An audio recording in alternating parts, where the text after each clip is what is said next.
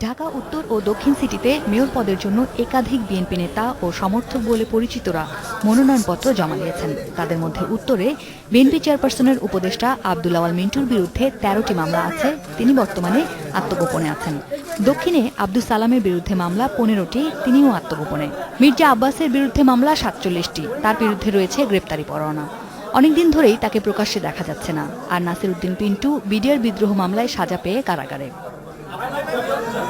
Returning কর্মকর্তা বলছেন, ২০০৯-এর স্থানীয় সরকার আইন অনুযায়ী প্রার্থীদের মনোনয়নপত্র জমা দেওয়ার আগেই জামিননামা, পদত্যাগপত্র এবং সাজার স্থগিতাদেশ সংগ্রহ করে জমা দিতে হয়।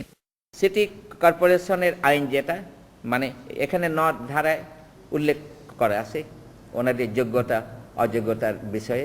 এটা ছাড়াও কিন্তু আমাদের বিধিমালাও আমাদের রয়েছে এবং আইন এবং বিধি আলোকে আমরা কার্যক্রম গ্রহণ করব। আর মেইন হবে এটা হলো কালকে আমাদের বাছাই হবে এবং প্রত্যেকে আইন এবং বিধি অনুসরণ করেই হবে বাছাই, এবং সেখানে যদি কোনো কোশ্চেন অ্যারাইজ করে এবং সেখানে কোশ্চেনের উত্তর দেওয়া এবং সংশ্লিষ্ট বিষয়ে জন্য ওনারা যেন প্রস্তুত হয়ে আছে। এই ব্যাখ্যা অনুযায়ী বিএনপির হেভিওয়েট প্রার্থীদের মনোনয়নপত্র বাতিল হওয়ার আশঙ্কা দেখা দিয়েছে, যদিও সব আইন মেনেই তা জমা দেওয়া হয়েছে বলে দাবি প্রার্থীদের স্বজনদের। বাবার উপরে যদি কোনো বেআইনি খড়গ নেমে আসে, কারণ ওনাকে তখন আমি একটা যোগ্যতা প্রার্থী হিসেবে দেখব। তো তখন আমাদের বিবেচনা হবে যে একটা বেআইনিভাবে যদি একটা যোগ্যতা প্রার্থীকে ইলেকশন থেকে বিচ্ছিন্ন করা হয়, তাহলে আমরা তো বিচ্ছিন্ন হওয়ার সময় বেশি লাগবে না। আমরা আইনবিদদের নিয়ে, আইনজ্ঞদের নিয়ে যাচাই বাছাই করে আমরা জমা দিয়েছি।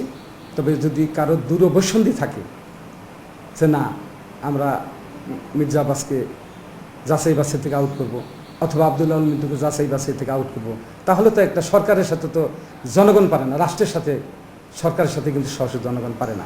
সাজার বিরুদ্ধে আমরা উচ্চ আদালতে আপিল করেছি। আমরা এখন পর্যন্ত যে ধারণায় আছি যে উনি আর নির্বাচন করতে কোনো আইনগত বাধা নেই। ঢাকা উত্তর থেকে আব্দুল আওয়াল মিন্টু বাদ পড়লে ছেলে তাবিথ আওয়ালও সরে যেতে পারেন। একইভাবে ২ সিটিতেই হেভিওয়েটরা বাদ পড়লে বিএনপির বাকি নেতারাও শেষ পর্যন্ত সরে যাওয়ার ইঙ্গিত দিয়েছেন। Asma Mita, independent news, Dhaka.